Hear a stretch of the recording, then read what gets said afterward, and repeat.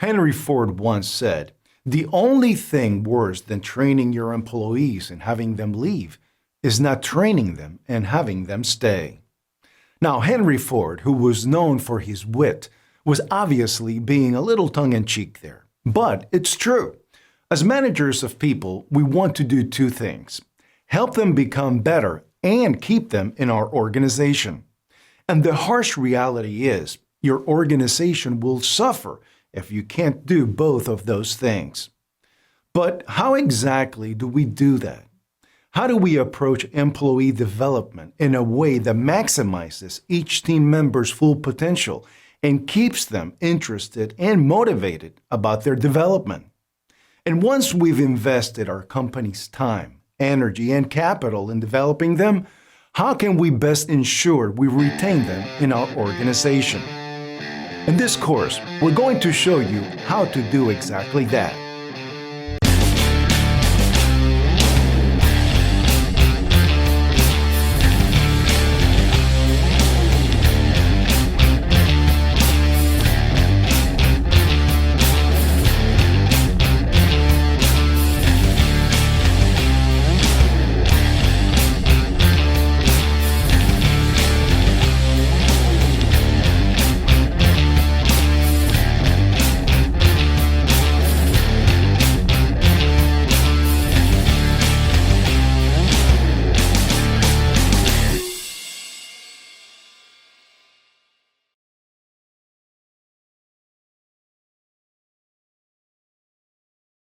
More than $500 billion is lost every year due to employee disengagement. 74% of employees don't believe they are reaching their full potential. 76% of employees are looking for career growth opportunities. These statistics show that employee development is an increasingly important area that businesses should focus on. Our course is going to consist of a series of critical discussion points. These are designed to cover this broad topic as thoroughly as possible to encourage growth in these vital areas and to facilitate a real and fruitful discussion within your organization about how you can each improve on this essential characteristic both at work and in your personal lives in general. Some of these will be pretty lengthy, and some will be relatively straightforward and brief. At the very end of this roadmap comes the most important final step. Discussion time. Do not skip this. This is the most important part of this training. When you finish this course, you need to spend at least an hour or so going over the questions we supply at the end as a group. Whoever's the head honcho in the group should designate a facilitator whose responsibility it is that each question is covered and that everyone, time permitting, is able to have their say. Make sure all contributions are valued, all suggestions considered, and all opinions respected.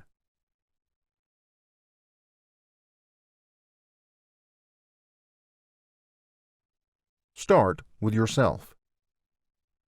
Telling others to improve is no sweat, but actually doing it is easier said than done.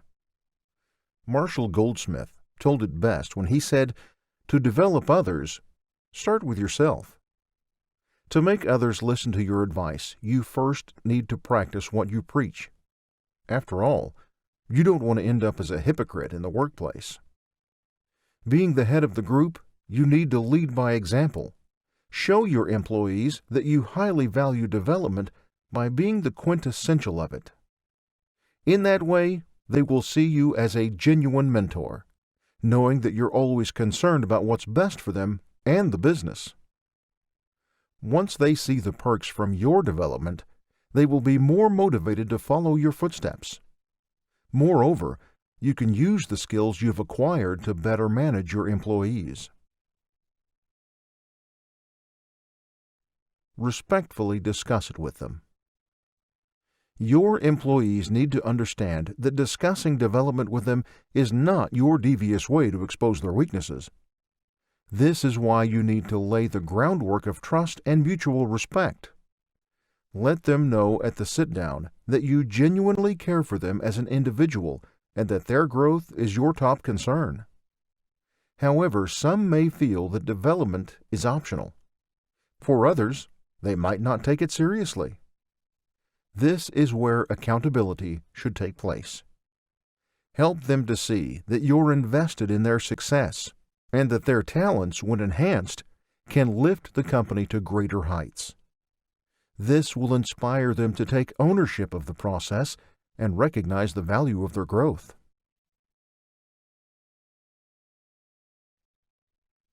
Insert development opportunities in weekly meetings. Employee development has been so overlooked that it only becomes the crux of the matter during annual reviews. Don't let another year slip away without accomplishing anything for your team. Make it a point to engage development regularly. You can do this by improving your weekly meetings. Analyze your weekly agenda. Look for ways on how you can insert development. For instance, after each meeting, ask questions to draw out improvement. You can use questions like, "What skills would you most like to improve on?" or "What can I do to help you improve?" Incorporating development in weekly meetings creates a habit of striving to be a better version of themselves every day.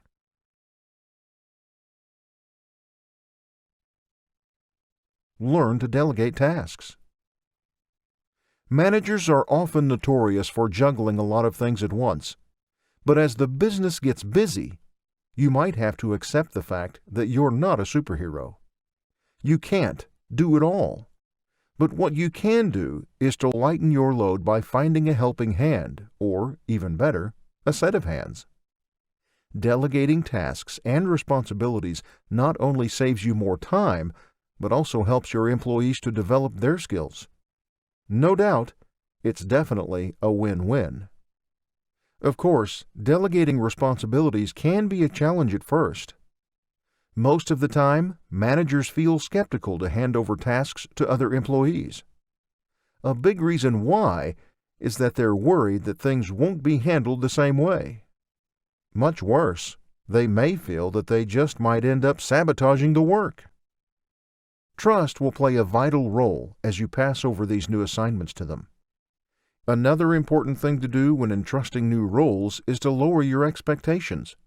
After all, you can't expect them to master something at the outset. You have to understand that they may fall at first, and that it's your responsibility to provide additional guidance as they continue to learn from their mistakes. And who knows, they may end up doing the job better than you.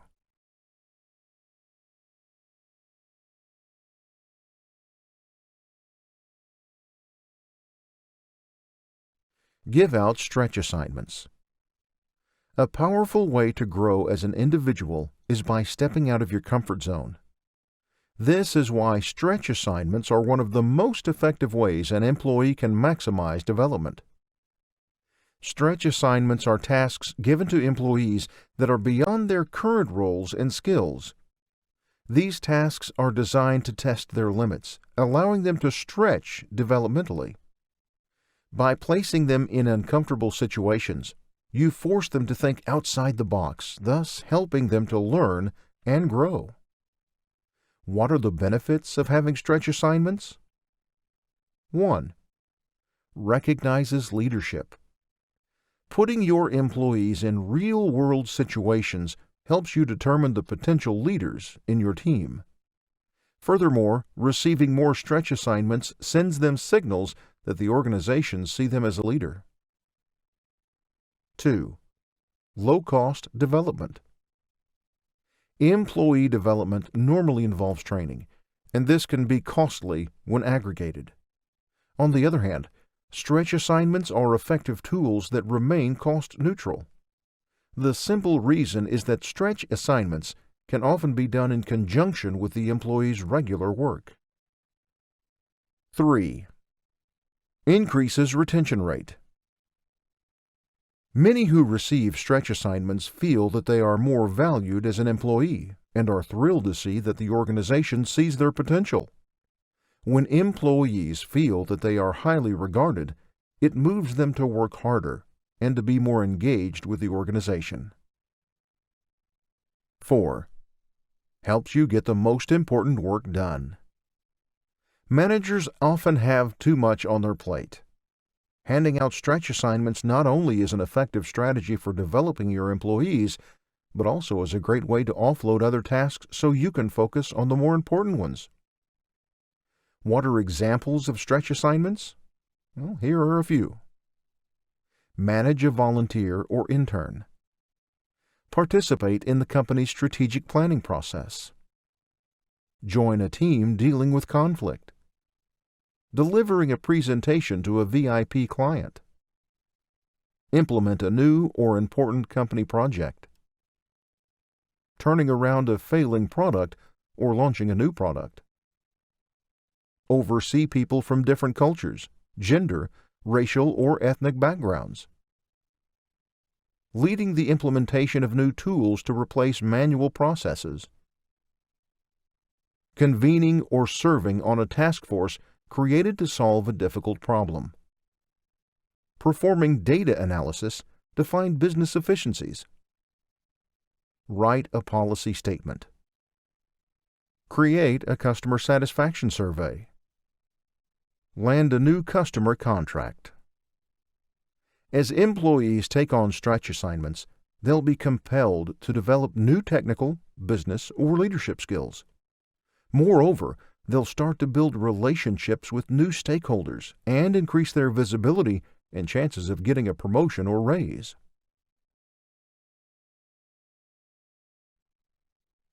Introduce new networks. Managers are often in the position to open doors for creating new connections to employees. Make network introductions to role models, subject matter experts, and mentors. Linking them additional contacts helps them grow as workers and individuals. Helping them to expand their network creates a lot of opportunities to receive further support, knowledge, and advice on how to grow professionally and personally. Give regular feedback. We all have leadership blind spots. A manager should have a keen eye for these flaws and should openly discuss it with the employees with the goal of calibration and improvement. Note, however, that giving out feedback shouldn't only be discussed during performance reviews, but rather should be done throughout the year. Josh Sloan, people scientist and data lab lead at Culture Amp, made emphasis on the importance of feedback. He said, "Feedback doesn't have to be when you're sitting down for a one-on-one meeting. It's valuable to get feedback, especially when it's positive, at any time. It's like when you get a present on a day that's not your birthday. It's extra special because it's unexpected." There are two types of employee feedback. Number 1. Reinforcing employee feedback. Reinforcing feedback encourages an employee to keep doing a certain positive behavior. When we give this type of criticism, we are verbally reinforcing the positive effects of someone's actions, thus the derivation of the term. Reinforcing feedback can be given any time, and the more you give them out, the better.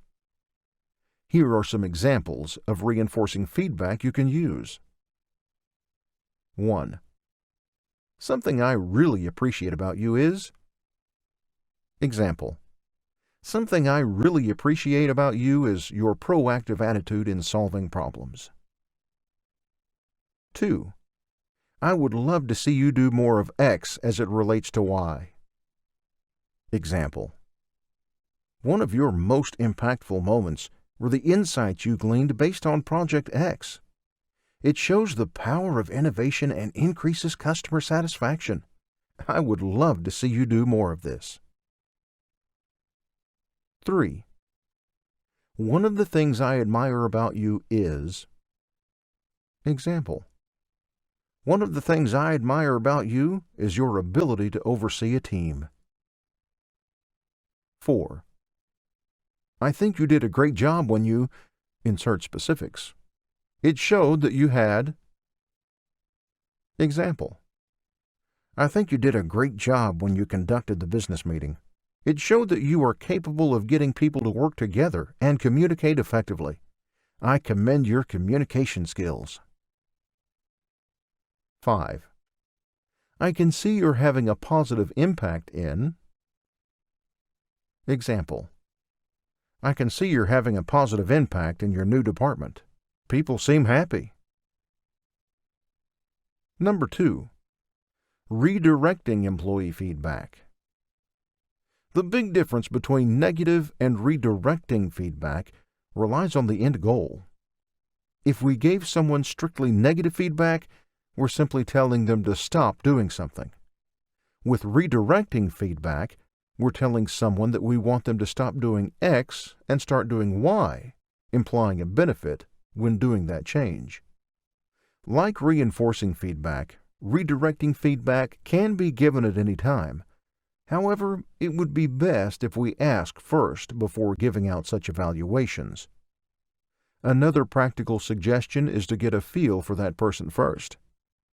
Try to discern their self-awareness of your potential feedback.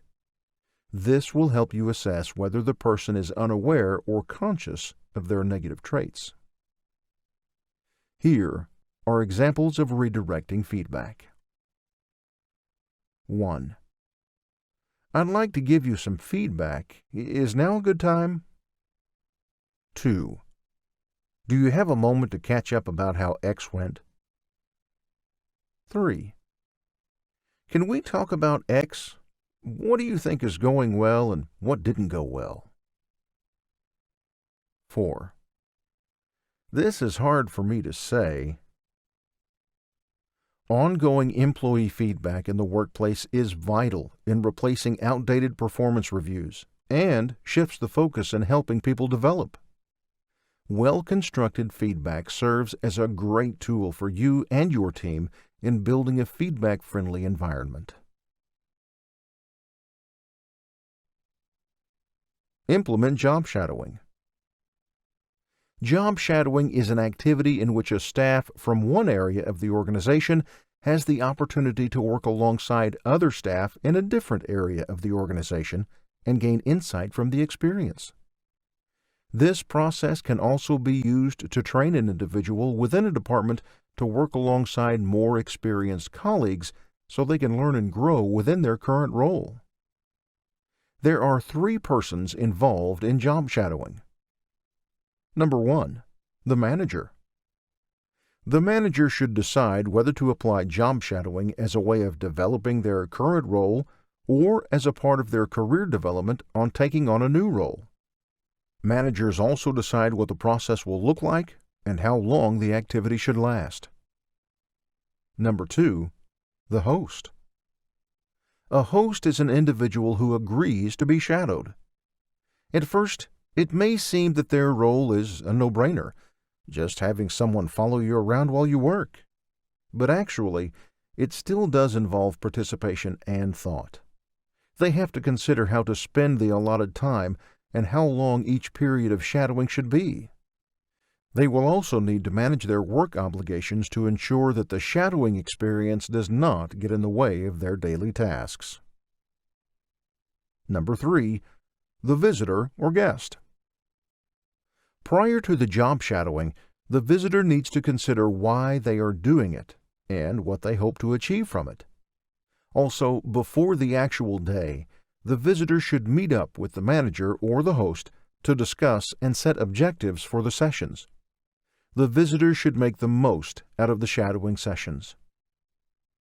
When you provide job shadowing sessions to your employees, they'll get to understand how other departments work, learn from the experiences of other colleagues, grasp the importance of how other roles support the organization, appreciate other needs and priorities outside of their work role, increase their exposure to different roles and functions within the organization, support their career development. Job shadowing helps employees to learn new skills, qualities, and related competencies that can be helpful to their current role. Moreover, being exposed to different areas within the organization can help them gain a deeper appreciation of how other departments work and how their roles contribute to the success of the organization. This, in turn, will boost their morale and will help them mature professionally.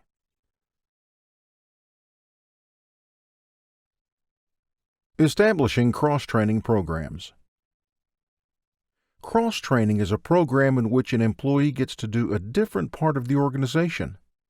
Basically, trainee A gets to do the task of trainee B, while trainee B does the task of trainee A.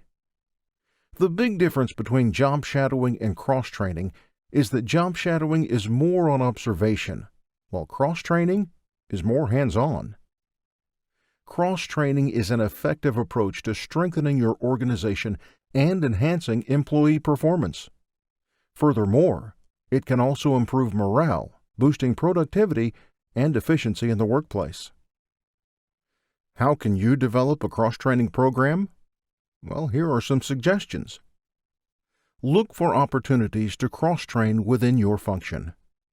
Ask your team about what roles and tasks they are interested in, and create an informal cross-training work with team members.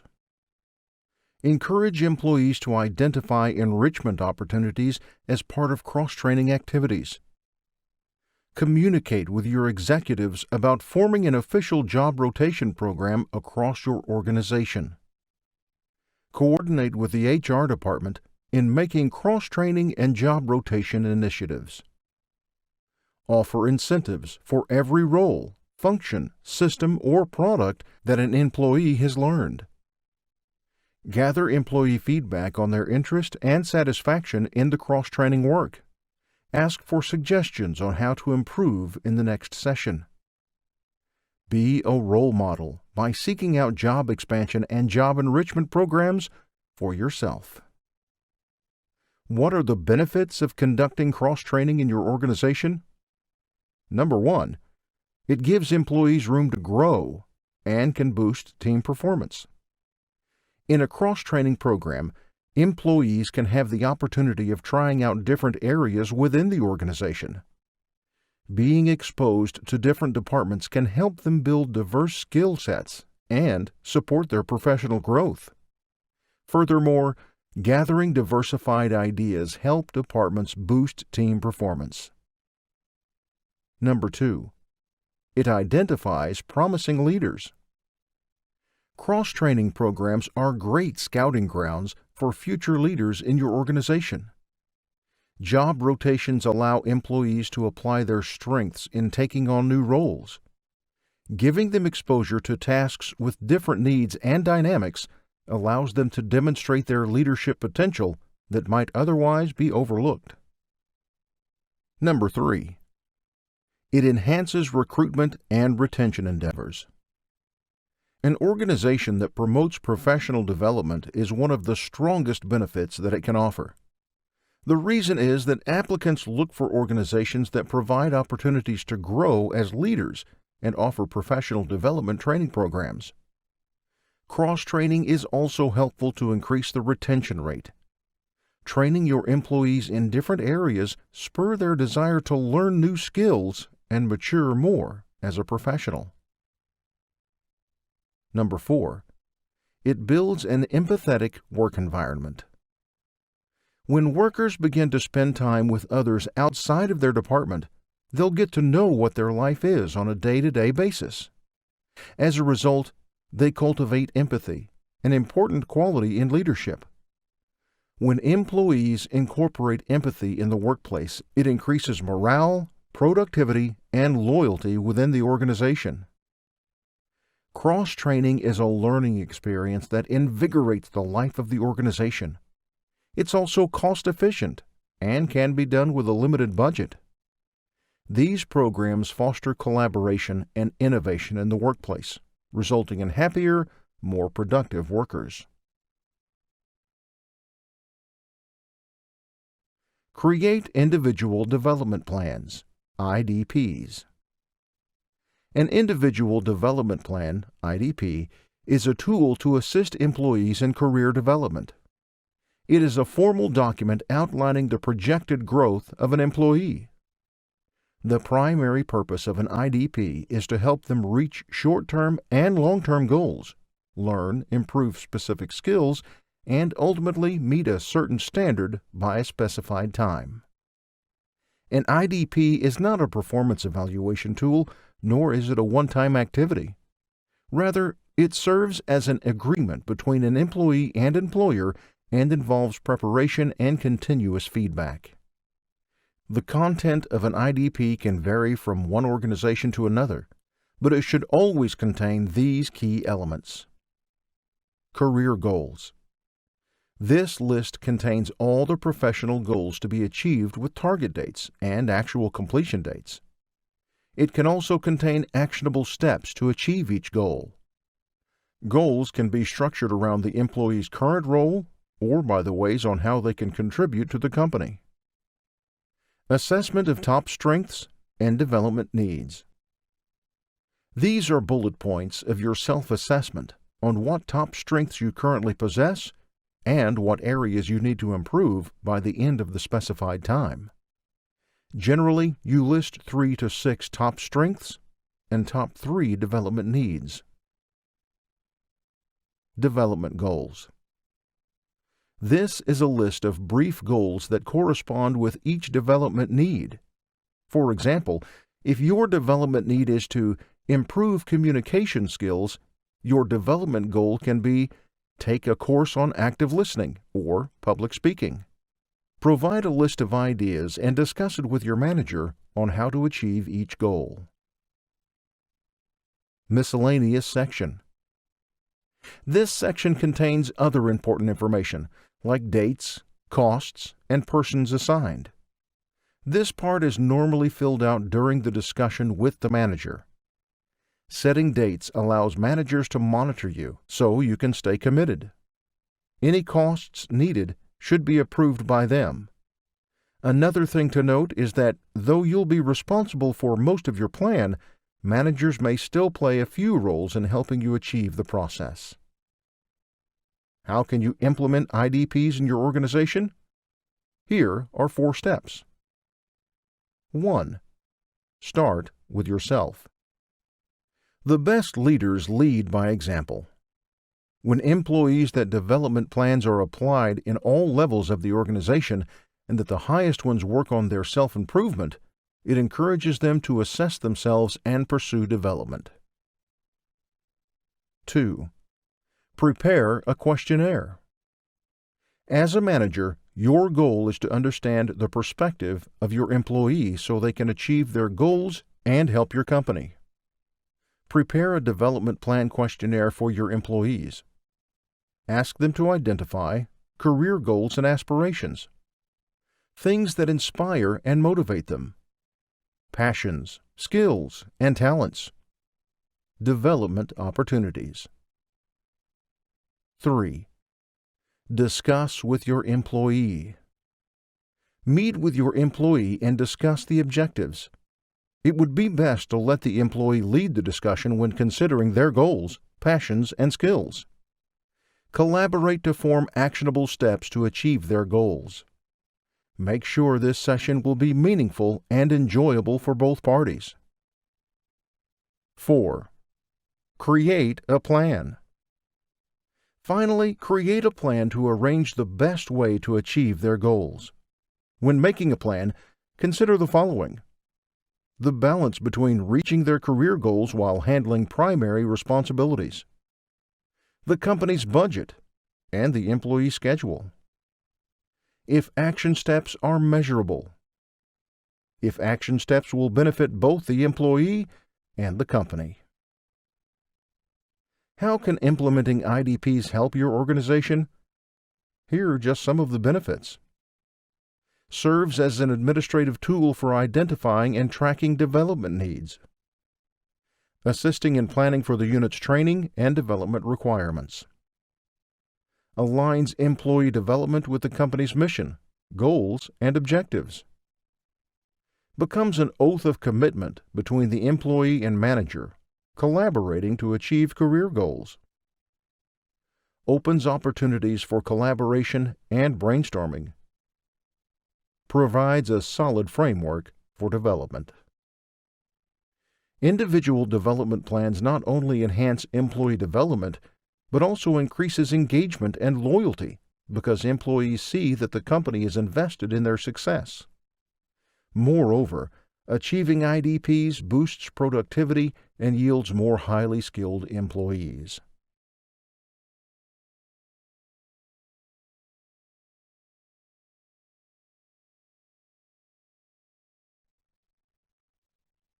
Incorporate employee coaching.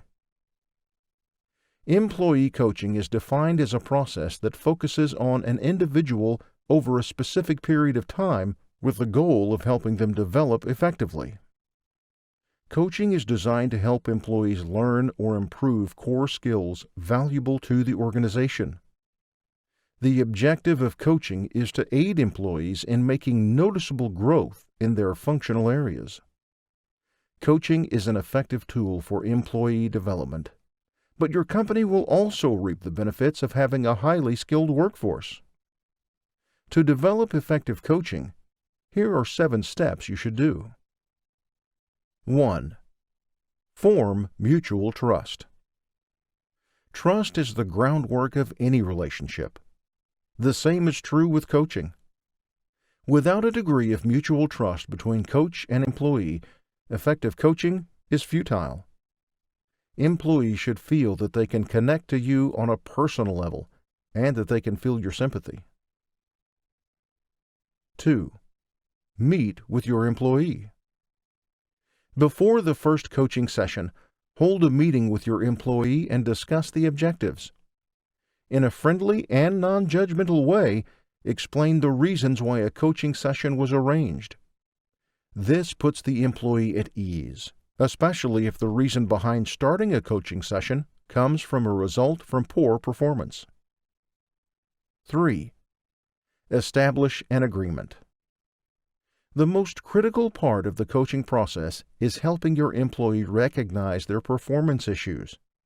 You should define and specify the issues that need to be improved and then get the employee to admit their flaws.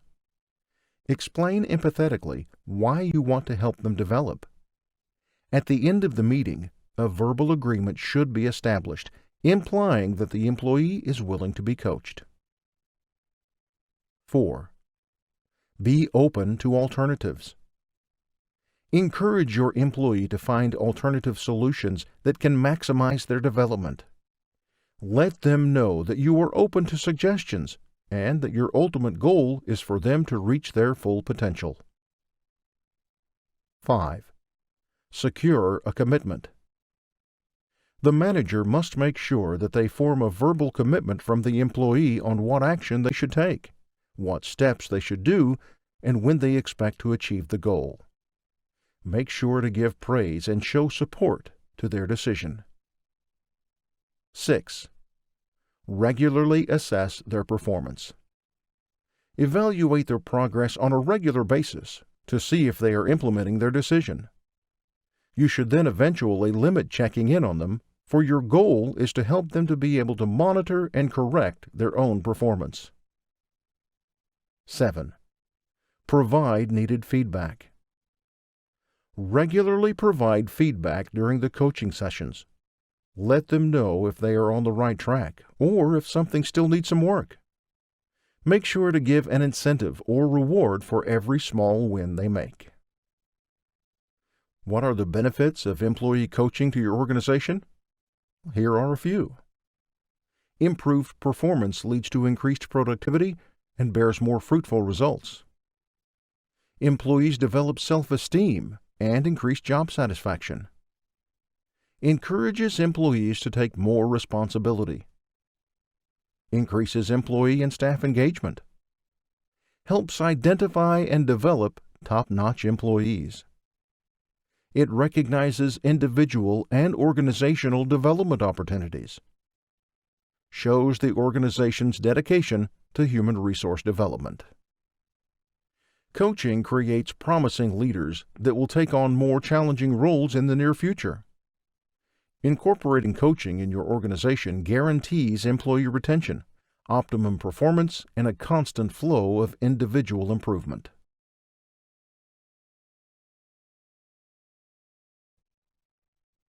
Invest in your resources. From the outset, the organization should invest in their employees to get the most out of them. This may mean spending real money for their development. This can include attending online training and conferences, enrolling in online learning programs, and providing tangible tools and resources like books and training plans. Investing in your employees' growth not only improves their skills and deepens their knowledge of the industry, but it also increases job satisfaction, knowing that you are legitimately invested in their success. And now, it's discussion time. The most important part of this training. Whoever's the head honcho in the group should designate a facilitator, whose responsibility it is that each of the questions you see on your screen is covered and that everyone, time permitting, is able to have their say. Make sure all contributions are valued, all suggestions considered, and all opinions respected.